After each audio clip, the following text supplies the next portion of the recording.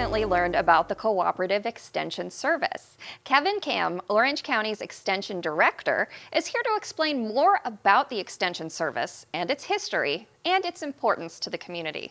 Hi, Kevin. Hi, thanks for letting me be here. Of course. So, Orange County Extension. So what is it? What is it? That's the million-dollar question. So let's go back a little bit for me to answer that. Okay. Let's go back all the way to the 1800s. You think about schools in the 1800s, Harvard, Yale, William & Mary, they were only for higher education for folks that wanted to learn to be a lawyer or doctor.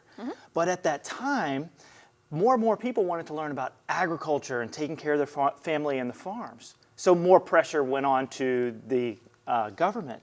So the first Moral Act, which that's big, signed by President Lincoln, established the land-grant universities. And what these universities did was start to bring in people from the states to teach them about agriculture. Oh. And then from there, then they created the research stations that popped around, and we have one here in Apopka. After that, they created the historically black colleges and universities around the United States. So we're starting to pick up a lot of steam. But how do we get this information to the people?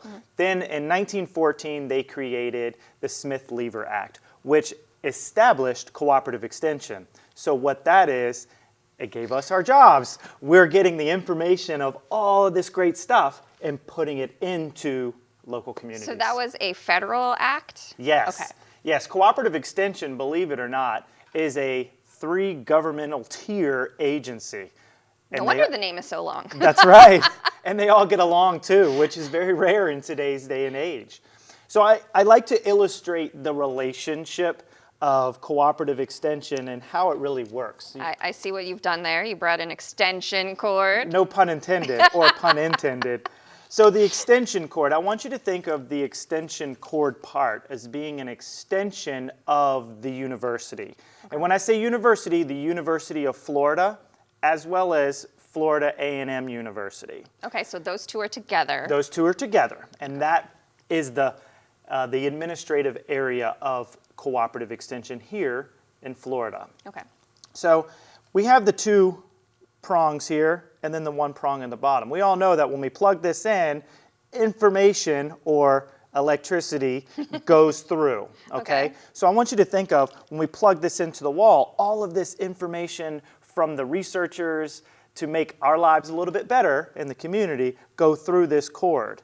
This prong is the federal government, USDA. This prong is Orange County in this sense, so the county that we work in.